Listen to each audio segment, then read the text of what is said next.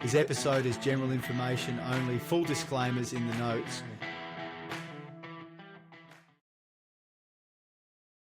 G'day, Josh. Welcome back to the Steak Dinner Pod. How are you? Great. I'm great. It's very hot out there, but I'm happy. We had another wardrobe malfunction situation this morning again, didn't we? We both come in like the men in black. You're upset.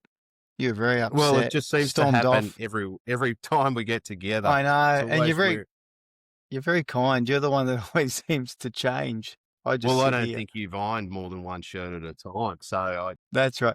And we were talking about, because you sort of slipped in and out, and then you really got to that spare shirt pretty quickly, and then you told me that your wardrobe was in your office, and we were lamenting that guys never actually get traditional wardrobes. We just get leftover spaces. I've got a linen closet converted, but have you ever had like a proper wardrobe? Mine would be called some sort of paper storage place in your office. That's basically. Luckily, I don't have a lot of clothes to worry about, but You're a minimalist. Yeah, for sure. Only because you can't be bothered. It started out as like it was a general encroachment that just got less and less. Yeah, and less. I have the exact same thing. And my wife's also she's got our wardrobe. She's got the wardrobe in my son's like playroom as well. She's taken real estate everywhere, to be honest with you. I'm sort of getting the run that it's sort of like, I don't know, Hitler's run through Europe. It started out encroaching, and then all of a sudden they went, nah, blitzkrieg. I'm taking the lot. That's all mine. She's adopted you don't actually need anything. I'm getting the same vibe as like the government's COVID strategy. They just one little encroachment at a time. Before you know it, you can't open your front door. We're back to 1984. So there you go. That's right. 2 weeks to flatten the curve. Here we go. 100%. Well played. Mate, what do we got on the docket for today? Hard conversations for men, how to stay calm, clear, and in control. And for anybody who hasn't listened to us before, the Steak Dinner Pod, we're here to give men the tools, clarity, and encouragement to rebuild physically, financially, emotionally, and mentally. One honest conversation at a time, as though you were having a steak dinner with a trusted mate. So, which you should all be doing. If you've listened to episodes 1 through to 16, we're into episode 17, which is good. So welcome, everyone. So here we go. So the hard conversations, we all face them, but we're not sort of taught how to address them. And I guess we sort of learn either on the job, on the tools. But realistically, you have a lot of hard conversations with your partner or ex. And there's a lot of our mates going through that at the moment. You have hard conversations with your kids. Yes. You have hard conversations with your boss, and potentially hard conversations with good friends and mates. Yes. So, and it's interesting. There's sort of those moments where you walk away thinking, damn, after I just had that hard conversation, that's not how I wanted that to roll. So hopefully we're going to help you with that. So go for it, Josh. That's interesting. No, it's a good point. And just as you were saying that, I was reflecting on, all those different types of relationships. And it's not like you can bring one style across all those relationships. Every relationship is nuanced, which means to manage hard conversations in each relationship requires a different approach, potentially a different level of tact. You've got different history, different levels of importance to those relationships. All of those things come into play in terms of how you manage hard conversations. Because, for example, I look at work, how I would manage a hard conversation at work is very different to how I would in my home life. I can be a lot more, probably let's call it abrasive at work, because for me, work is more of a clinical environment. It's probably further down on my priority list. So just the nature of the environment, means that you're going to have different types of conversations, and they might play out differently to the ones you'd have at home with your wife or with your kids or even your mates. Yeah, I would say though, you addressed one that was like a light bulb moment for me about episode 5, 4, 3, 2, 1, one of those, where you said that the business hard conversations and you're ready for those business card conversations, usually, unless someone jumps out from behind a filing cabinet or behind Yeah. a truck, usually you're in the right frame of mind to handle that in a business type way. You raise that you should really be having you should really face those conversations with your ex-partner or soon to be ex-partner Yes. in a same professional way, Yes. because Yes. that way you're protecting yourself. You're not Yeah. allowing yourself to run emotionally the whole Yes. time Yes. and regret for way you may have handled different things. So I just want to put that at that caveat. Yeah, Yes. all No, different things, but there might be some of them you do very similar. exactly. And I think we do it naturally and unconsciously just because maybe unconsciously we know what's at stake. So, and there's things you can get away with in your personal life that you couldn't get away with at work. I think most people understand that to be in a job and maintain a job, you have to show at least some semblance of emotional regulation. Otherwise, you're not going to stay employed for very long. So, you kind of learn how to pause and navigate those conversations with a lot more clarity and professionalism. But it's like you said, it's like that space of comfort at home means that you don't carry the disciplines. It's like this is a place where I start to become unregulated, unguarded, and I can just let fly because I've just spent the whole day at work grinding my teeth over this boss I completely despise, right? And I've done that for 8 hours and now I'm at home and I'm carrying a lot of that back. Yeah, well, that's right. You're relaxed in the house or you're Mm. relaxed in that environment. So Mm. when was the last time you reacted too quickly and realized it wasn't the bloke you want to be or you Mm. wanted it to be? Yeah, I had a little think about this, and I think one that really caught me off guard was it was not this Father's Day. I think maybe the Father's Day before or the Father's Day before that. I don't know. It still feels fresh sometimes. But it was probably something quite simple. It was, and maybe other guys can relate to it or parents can relate to it, but it was around Father's Day. And on that particular Father's Day, I didn't really get much in the way of acknowledgement from two of my kids, the older ones. And I get it. They're teenagers and or young adults. And, I think you've mentioned this before. At that age, you become very self-absorbed and all that. And I can relate to that. So I We didn't can really. only relate to it because we were. Hey, yeah, exactly. Yeah. It's like looking into a mirror, isn't it? So Exactly. for me, I saw that like when I didn't get the acknowledgement that I felt I deserved, considering what I felt I'd done for them all year round and, in all different ways, I felt like I deserved more than what I got, which was really just a passing Happy Father's Day, like no cards, no nothing. Right. And so I was I was annoyed. Right. And so I sent a text to both of them and it was a rough text to say, hey guys, just letting you know, I wasn't that excited about, this and that. And, it'd be good for you guys to have a bit more acknowledgement, stuff like that. So yeah, so that didn't go down well. That didn't go down well. And, and not only that, it wasn't just the message, but receiving that sort of message through text was even worse. I'd done it through a text message. Yeah, they can always see it. It's there. And They can't forget it. Well, not thread. even that. It was just more around just the way they interpret it because you're not having the dialogue there. So it's like, when you get emails or texts and things like that, and sometimes you misread them or you read into them without the tone, however you want to read into them. And so yeah, I'm sure they probably read into it their particular way. So that was a bit of a regrettable episode.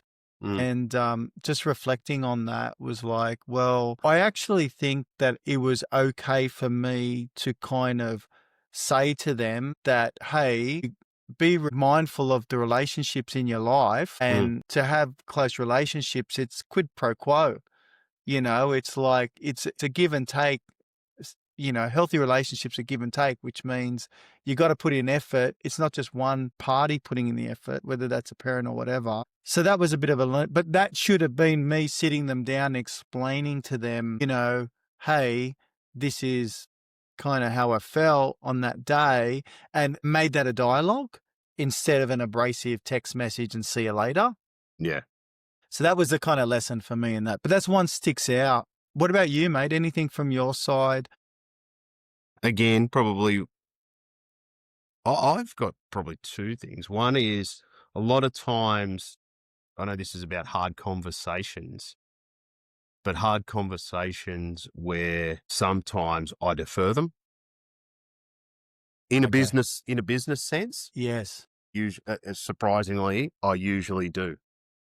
Like as a procrastination? Yeah, well, Almost? yeah, it's almost like, oh, gee, I don't really want to do that, even though I know the obstacle is the way forward, Yes. right? You've got to push through the obstacle to get through it. Yeah, Yes. well, usually for me, it's like rewriting contracts for customers.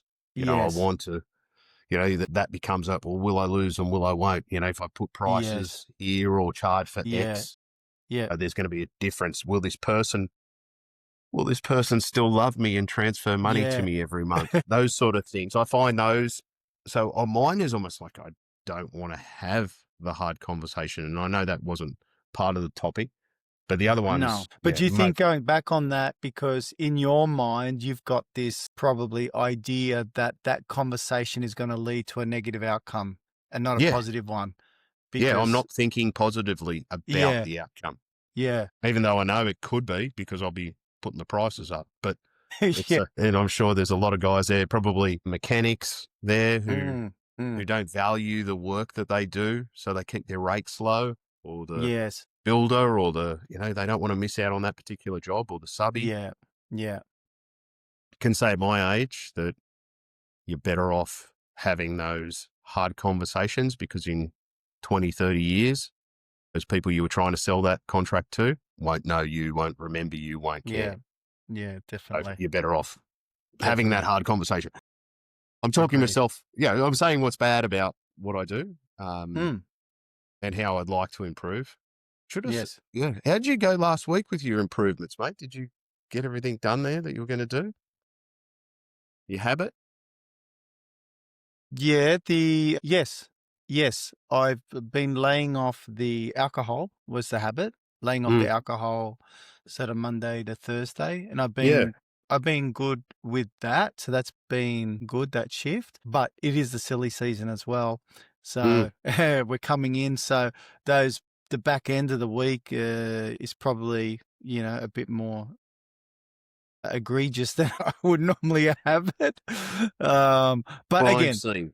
yeah, exactly. We've got to let ourselves off the hook a little bit too, coming into these types of festives. So I'm not here to beat myself up, but yeah, if I can stay, particularly this time of year, if I can stay off the booze Monday to Thursday, that's pretty good at this point.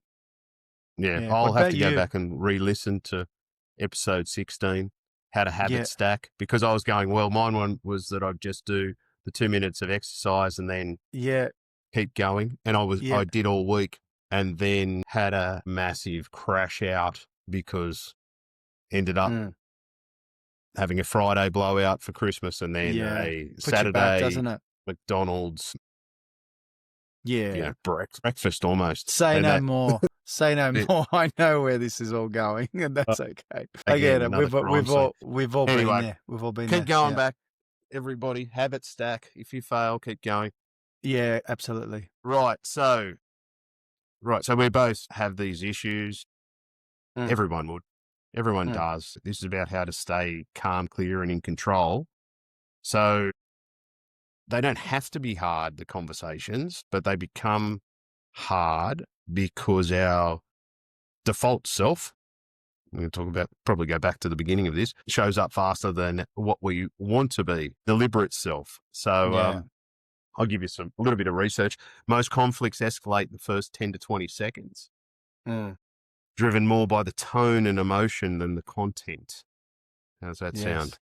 Yeah, that sounds pretty accurate to me.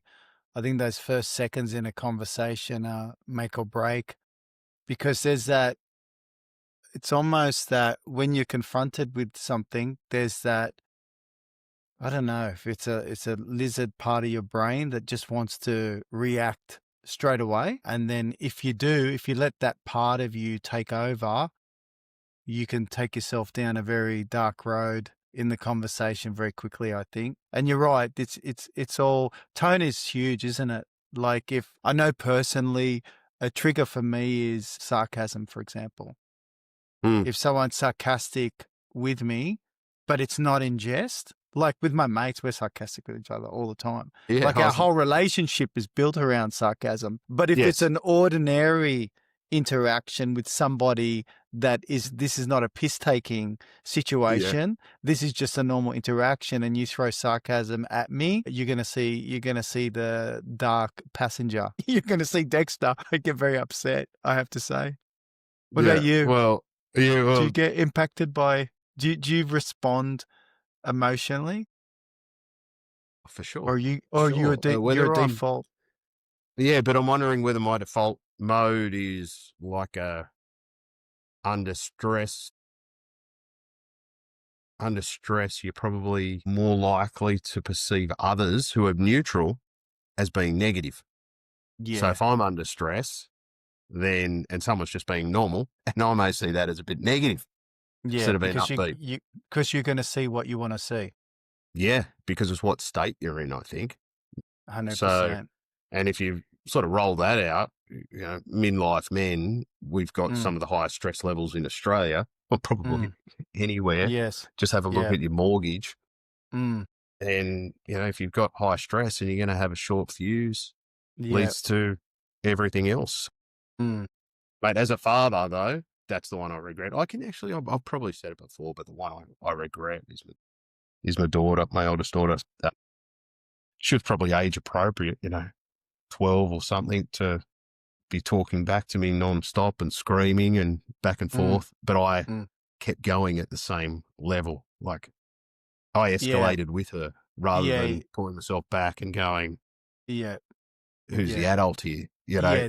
That's It's right. one I regret. I definitely regret that because there was Mm, no need for my voice to raise. And actually, thinking of that, mm, I saw mm, something. It was mm, Donald Trump. Like, he was going off about what's going on in Michigan, or one of the places where he went off about the issues around Somalians in Michigan, and it's like 88% um, on public welfare and the amount of crime and a whole heap of things. Anyway, like, he went off, literally went off. But when I was looking at him, like, the language was very bad mm, from a politician, mm. but the tone, his voice did not rise. I thought, wow, that's interesting.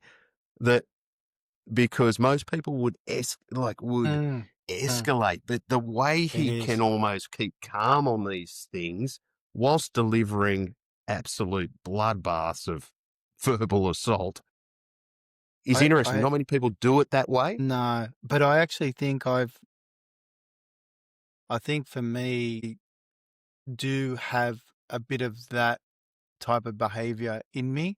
And I think it comes from probably working in the prisons for a decade, Mm, mm, because you have so much of this confrontation. You become very almost business-like about it because it happens so often. It becomes quite rudimentary. So it doesn't okay. give you the emotional rise that it would for maybe some other people.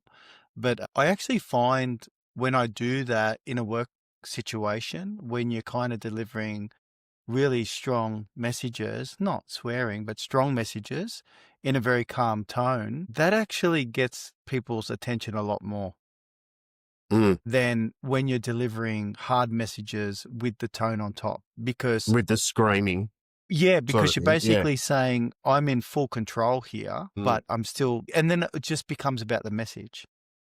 yeah. And because I Okay. find if you're too emotional when you're delivering tough messages, people then just want to focus on the emotion. Like, and I've seen it where people go that, someone's had a legitimate gripe with someone, right? And they go on the attack. They become emotional, they become sweary, they become very high in the tone and all that kind of stuff. And when they get out of the conversation, now the the content of the complaint is legitimate, but the person that's receiving the complaint, right, will start to say, "Are you gonna let him yell at me? Why is he allowed to yell? Why he's going off?" You know. So what happens is they make it, instead of it being about the issue, now it's about how you spoke to the person. It's And not what you said, it's how you said it. exactly. And what happens is your issue is now completely lost Yeah. because all they're talking about now is that you went off your tree. That's right. And that's all that people want to talk about. So, you know, the calmer you can be with tough messages, I think it then prevents people from being let off the hook with your emotions, which is what they want to go to. Yeah. But an interesting that aside actually, keep going with that, if someone is being yelled at, you're actually, the brain is going to shift to an emotion that's like, they have a threat response. So all of a sudden they're not listening at all, right? And it's They're fight not or listening flight. for your message. Yes. Fight or flight becomes the issue. Yes. And in most cases, if you're yelling at your partner, they may Yeah. just leave the room Yeah. Yeah. rather than 100%. even being able to finish the conversation, or your kids. Well, I'm sure listeners, and I'm sure you and me, we've had this many times. I've been in arguments with my wife, and we argue, and as soon as someone like starts to raise the voice, the next one is, "Why are you yelling? Why are you yelling at me?"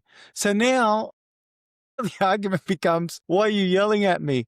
We're And then at you've got this decibel big- levels. We're turning Yeah, around you're and going, at decibel wait a level. sec, you just went over 12 decibels. That's But it. We're talking about that now. But then you spend the next half an hour talking about volume, and you don't even know why you're there in the first place. You know They're what I mean? brilliant, aren't they? They're brilliant.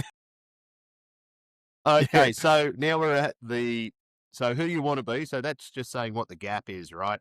And how we're handling it. So you probably want to know what your triggers are that can blow it up. We've talked about volume, but also I'll give you a top 5. You're going to have a few, Josh, as well.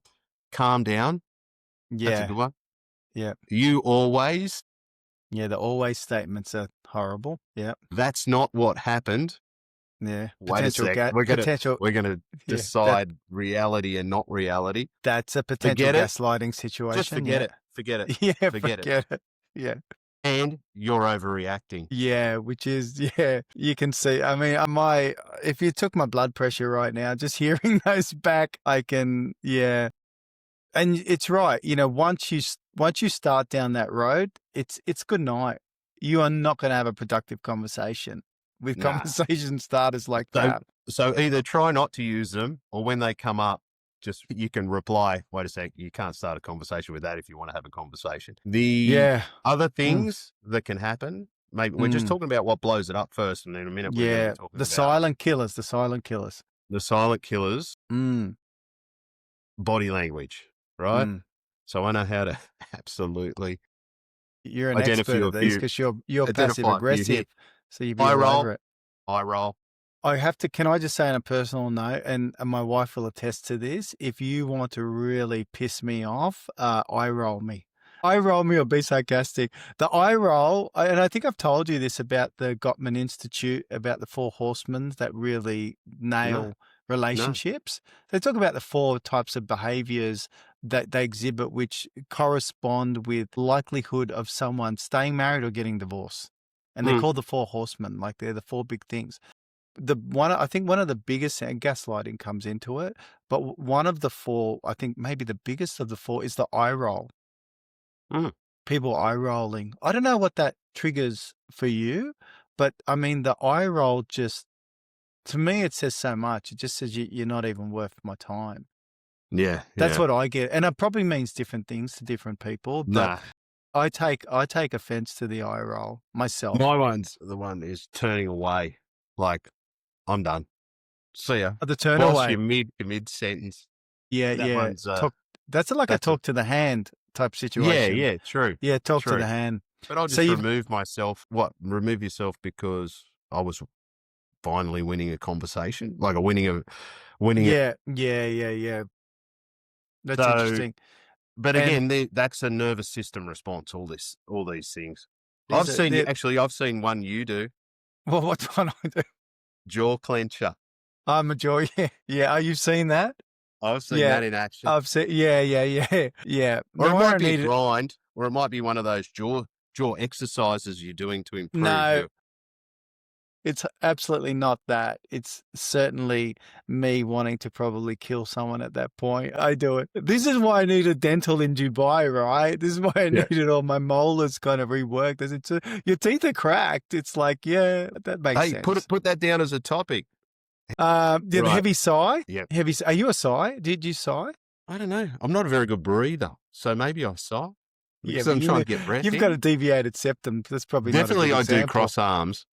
I'm Do close to this conversation, you and cross I'll the probably try arms? to lift myself up too to get a bit taller than whoever I'm talking to. Okay. And that's Yeah, a you'd be better than that. You're there's a taller bit of than a me. fight You time. can do that. Yeah. Yeah, it's hard when you're only 5'10" to do that. And then I'd be on my tippy toes. It looks stupid. So Or the slow head shake as here's well. a good line. Here's a good line, Yeah. Josh. Your ex knows exactly which button to press because you installed it. Yeah, it's true, isn't it? Yeah, Y- they know exactly where to Yeah, and I think they tick. know that's men and women. I think we Mm. know the buttons.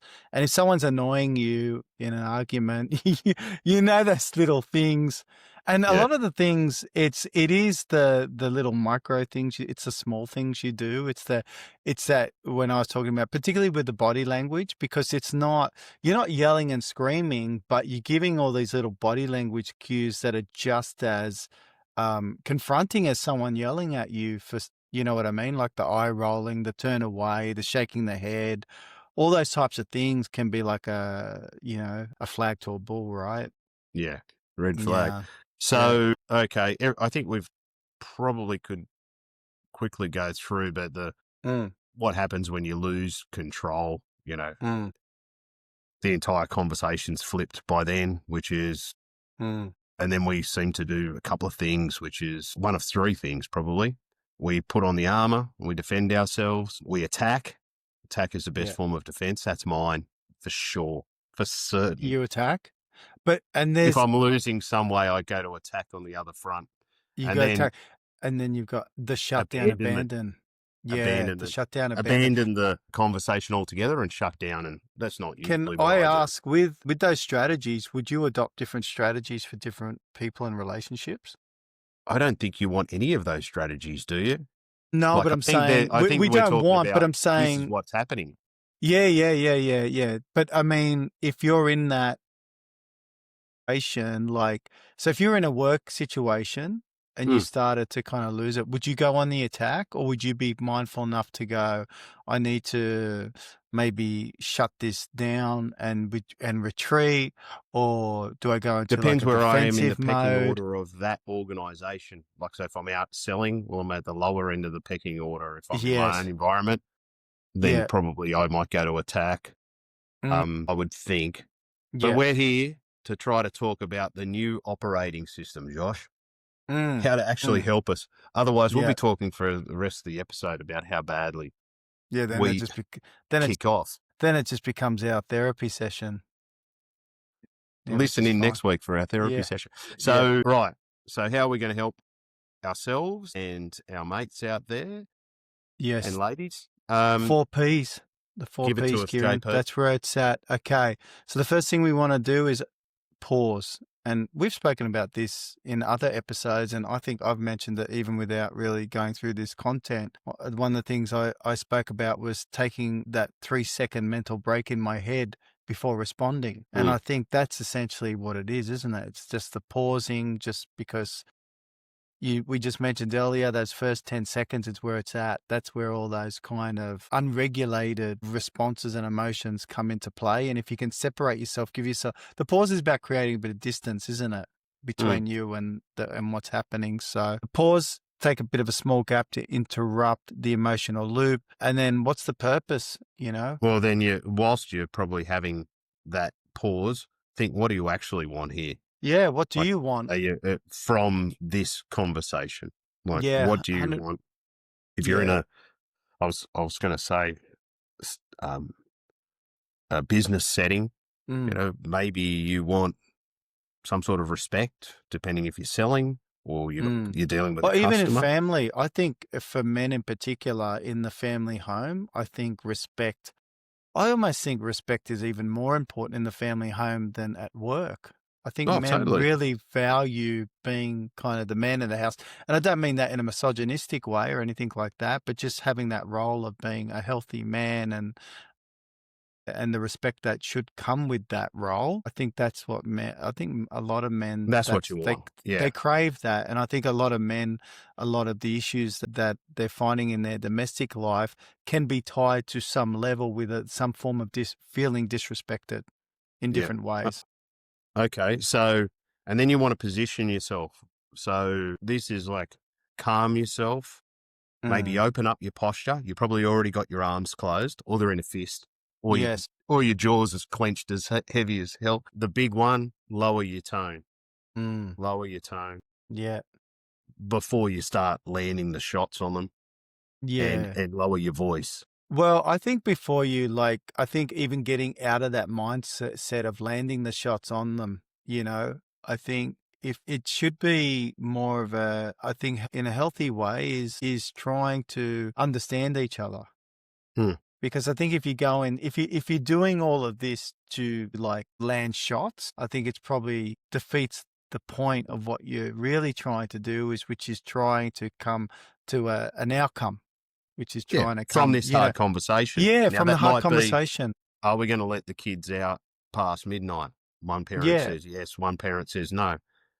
Okay, that's a yeah. conversation you've got to have, because you've got to have agreement. You've got to have a united front on that. 100%. And, let's use that example, Hmm. right? The kids, want to stay out for whatever. And maybe ordinarily in a healthy setting, you would have been okay with it, right? But let's use that example where, say, your partner said, yeah, that's okay. Hmm. And then coming in you and said, yeah, I've said to the kids, it's okay, you can stay out, right? So as a guy, you're thinking, okay, well, I'm a parent too. Hmm. I wasn't consulted in this, right? No respect, right? So it's not about the thing. It's like, yeah, but you didn't talk to me. I would have said okay, but because you didn't talk to me, you've disrespected me. Now I don't feel like I'm part of the decision making, Hmm. and you're doing your own thing. So You know again, what really is happening here? You're articulating with a nice, like in the same way you're telling somebody about the story of what happened yeah, and why. That's not usually how you address it in the moment, no, right? but That's almost like, you're but retelling it to me now. I can tell you might have been upset at that point, yeah, and explaining, hey, you can't do that because this and mm, that. And, mm, that's my kid mm, too, and all these things. But the way yeah, you just described it mm, was perfect. Look, the reasons for it are, I need to yeah, be respected. These are yeah, decisions that I need to make as well. It's mm, my child, and we should do that together and have a mm. united front, And so it's that there's no mixed yeah, messages for the absolutely. child, or else they'll drag one of us one way and one the Correct. other. Yeah, and it's not like you're saying that if I adopt this approach that it's 100% going to be a winner, Mm. right? The other person may still not be receptive to the way you've positioned Mm. it, right? No. But then that's not about you. That's about them now. Yeah. Because you've tried to come into the conversation with some sort of framework to resolve. If that person is still not open to that, maybe they need some more time, but you can only control your own stuff, right? But Yeah, correct. You can only control your own reason. So, and then you've got a path forward. So what's one thing we can do from here? Like, what's the progress? Shift from the blame, and what's the progress? So we've given the new operating system. We'll try uh, to Control uh, Alt Delete that response, which is the 4 P's: yeah, pause, purpose, position, and the path forward. Mate, yeah. I think the pause one is just so important. Pause The is others will huge. probably happen if you gave yourself 5 seconds and a breath to really Yeah, think about things. Like most blokes will probably do the right thing from there, but it's that 10 to 20, first it 10 is. seconds when, It's separating yourself from that lizard brain yeah. response, and then it's like a flow-on effect. I think if you pause, you're creating a good space then to when you do eventually speak, hopefully there's a good chance that your tone's going to be lower when you go into that conversation. So now I've paused. And if you do pause, I think it's also showing the other person, I'm trying to think about what you're saying here. I'm not just reacting, but the pause is saying, I'm trying to process here what's going on. And I want to provide a thoughtful response to whatever's going on here. Maybe my dad was a bit of a genius there because he just wouldn't listen. So when it was happening, Yeah. in the moment when the Yeah. argument was happening, he got the first 10 seconds anyway because he wasn't even listening. Yeah. So there's a little trick for you guys. I don't know if that'll work for you. I got a mate. I don't want to call out his name. He knows who he is. This guy, he's a shutdown king. He's a shutdown king. Yeah. This guy can go days without talking. Yeah, this guy. Like when he does stuff, he does it properly. Like he doesn't muck around. Yeah, No. I think he told me once. Again, I won't put him on blast, but I think he said 4 days is his record. It's like, who are you? It's like, who hurt you, man? Who hurt you? Funny I stuff. remember someone, this is now 20 years ago, one guy, his thing was, and I don't know who called it first, but it was him or his wife. And his was like 11 months or something like that. Of no talking. Yeah, they're still together. It's like, yeah, they live separate Like what? lives. Yeah, living separate lives, separate rooms, separate, and the kids are running around, and they use their kids as like messengers. They use their kids as messengers. Can you tell Dad that we want to go out to do this? It's like, okay. Comma. All right. Comma. Inverted commas. Inverted comma. Okay. So now we know that there's plenty of stress. So everyone's, and that's, you're going to have hard conversations, not just those you're politically misaligned to or have some sort of different philosophy to, because that definitely happens. But financially, practically, emotionally, financially in your family, like that's a big one. You know, who's spending money, who's not, and that. Yeah, these are all hard conversations we're all having. So we might just go forward. We don't want to become reactive. So what some of the tools we can use tomorrow, or even better, today. So even when you're cooked, you've got to come up with something good. Go for it, Jake. 2-minute reset before you speak. Take a few deep breaths.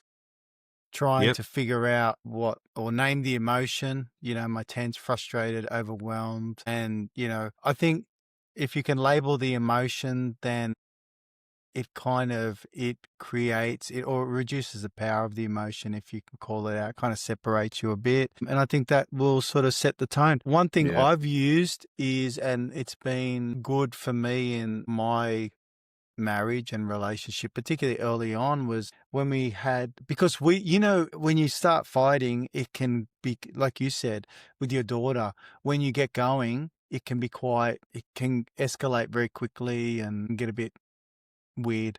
So giving each other time out, like just leaving the room, but not leaving the room as in like a stonewalling, see you later. Just walk around. No, but leaving the room with an agreement that, hey, I'm just stepping out. Let's kick this off again in 5 minutes. And you'd be surprised, just going for a quick walk around the block for 5 minutes, coming back in the house, it can help to reset. It sounds great. So is the tone I say is, look, I can't speak to you like this. I'm going to go for a walk. Well, no, I don't think so, because I think it's like, I don't know. I think, again, I'm not a psychologist. We'll put that in the show notes. Yeah. But I would say on a personal level, and because you go to all the, we spoke about all those things that are either the body language or the overt statements that you make. I think in those situations, you want to make it about you, not them. So I think going into that, just say, look, I'm wound up here. I don't think I'm going to be able to have a good conversation with you in my current emotional state. I think I'm going to say things I could possibly regret, and I want us to have a productive conversation. Can I just hop out for 5 minutes, and then we can regather after that, and let's get back into it in a nice, calm way. So you're sort of setting the expectations, you're giving yourself some space, and then you're going back in there. And I think you're telling the person that your other half or whoever it is you're engaging, that you actually do want to get something meaningful out of this. You don't want it to be a screaming match. You want it to be focused on the issue. So I think all those things can come into play to help things out. I don't know if you've ever adopted any of those approaches. No. I haven't, but these are the tools that I need to employ today. Yeah. Like, I do like this one though. I do like this tool that you identify your identity line, or you identify yourself. And I think we've said this a couple of times, Yeah. but that you identify either, I'm the calm one, Yeah. right? Yeah. Or I respond, I don't react. I Yes. don't react. Yeah. And if you can say Yeah. those things, if you can repeat Yeah. those things to Yeah. yourself and become Yeah. that person, Yeah. that's, Yeah. your identity becomes your behavior. So Yes, that's a strong one. there's a lot of studies on that, Yes. waking up in the morning and repeating these sort of mantras Yeah. and things to yourself. But obviously Yeah. to try to do it in the fly, you can only do Yeah. if you've given yourself the Yeah. 2 minutes to start with. It's so much more visceral, I would say, almost. When you say to yourself, "This is who I am," not necessarily "this is what I do." Mm. When you make that a character trait, when you identify it, like you said, as part of your character, that hits differently. To saying, yeah, I tend not to, I don't like to, I don't like to raise my voice when I'm in a conversation. To, I don't scream. I'm not a screamer. I'm not. Yeah. It's like, You're I know repeating it. I know it probably sounds a bit semantic, that we're playing, but I think psychologically it can shift a person. Yeah. Really We've said it making as well. You can do Mm. it externally too. If you repeat, and your kids hear that, oh yeah, my kids are good kids. Yeah. They've never really given me trouble, and Yeah. they Yeah. hear that, and you keep repeating it. We're pretty lucky. Yeah. You kids have always been great. You're Yeah. good kids. You make good decisions. So that's Yeah. why we're not too Yeah. worried about you. If you Yes. repeat that, your Yeah. kids hear that, Yes. and they become that. And they become that, and they go, "I'm the responsible one." Correct. Yeah. Yeah. I'm the responsible one. I'm the Yeah. fit one. I'm I'm the fit one. smart And then one. no supervision required after that, because it's their character. It's just who they Yeah. are. You don't need to supervise But it just anymore. on the flip side, make sure you don't make their character. You're the one who can just do your work the night before and pass your exams. Oh yeah, 100%. Right. If you say that to them, you're yeah. repeating an identity that Yeah. they will become. So Well, not a healthy identity, that's for No, sure. that's One right. that's It going to works get them both into ways. trouble. Yeah. Yeah. That's a good call out, actually. It does work both ways. Denny's pretty good. The 20-minute timeout rule, I sort of said the 5-10 minutes, but pretty much the similar type of philosophy. You have a rule. And I would say as well, I think it's good to actually, when you're in a good space and you're trying to build communication and a better way of conducting yourselves in a relationship, do it when you're in a good spot. Have these conversations when you're actually in a good state, when you're having coffee together, and, maybe bring it up to just say, look, I want us to really move forward in terms of, if we do have arguments down the track, it'd be great because you're both in a good spot to have that conversation and sort of talk about those types of rules that you have within your relationship to say, hey, this is our rules for arguing.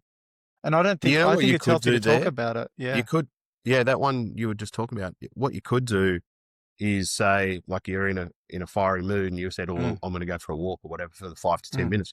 You could actually say, how about we both go for a walk? You're changing the environment, right? As long as it's separate. And you're doing something. As long as you're going down separate. No, in which case you can bugger off and get out of the house. You can. But it gets you to the same end. It could. My only argue against that is in an emotional heightened state, telling the other person what you think they need could not win you favors. To say like for example, if I say like, I need to go for a walk for 20 minutes because I need this. But if I then turn to my wife and go, you know what, we need to go for a walk for 20 minutes to de-escalate. She'll be like, we don't need to do shit. right? Even better, you Yeah. go for a walk for 20 minutes. Yeah, you go for a walk. Don't ever tell me what I need. I'm already visualizing this that might be where conversation. that saying came from. That saying, go for a hike. Yeah, Go for a hike, Oh, mate. take a Get hike. out of Take here. a hike. Take a hike. Yeah, Go for take sure. a hike. Yeah. Go take a hike. Okay. Well, And they're it. So also do the 4 Ps, which we talked the about: four pause, P's. purpose, Yep. position, and path forward. Yeah, So yeah, that's and simple. yeah, And then think about it later, like we are doing now, a post-conversation debrief. Admittedly, you and I are both doing it 10 years after we raised our voice at our kids or but we're sent an doing it. SMS We're to doing them it. Who about cares? Father's It's Day. being done. We're doing it. Yeah, Yeah, it's been done. definitely. So try to do that Yeah. and try to say, did I act like the man I'm trying to become? That's it. Yes, and that's like it doesn't have to be. You can do that. That can just be a mental reflection on a walk, or but make some space to kind of reflect. Some people, we talked about journaling and stuff like that. Some people like to use journals to kind of reflect on stuff like that. I don't think it's just making the space to have that internal conversation and really sort of process it, and look at what you could do better maybe next time. If something is burning you up, though, I would just say, as a person who does defer the hard conversations, maybe identify yourself as someone who doesn't do that, who is prepared to find that the obstacle is the way, because you don't want to be unhappy. You don't want to sit somewhere or stew for a long period of time without getting to that hard conversations. Hard conversations are required, right? At some point. And I agree. And I would also say that when you start to use some of these strategies and you do have those hard conversations and you have good outcomes because of those strategies, it makes you more confident then to engage in other hard conversations, because it's like, hang on, I think I've got this worked out now. I feel safe now I can bring this up, because I know the right approach that's going to get me a good outcome for the situation, and not because if all of your history says that every time I bring up hard stuff, it turns into a shit show, I wouldn't want to do that either. Right. No, So that's it. you've kind of got to look at small things to practice on, and then you can kind of build up. Yeah. That's good. Okay. So that's that's a call to action, that one. So try to maybe think of a small, hard conversation you've got to have to get it sorted. Yeah. And address it so you keep calm, you don't go off, you have your 2 minutes. And also the other call to action here is maybe have a think about that identity. Just think about it or write it down, or however you want to do it, is you're the type of bloke who handles hard conversations well. Yes. And repeat that to yourself, and hopefully that works. We'll give that a shot. Yeah. I love it. So I love it. Looks good, mate. So anything else we want to put there? I'll give you a little bit of an outro if you like.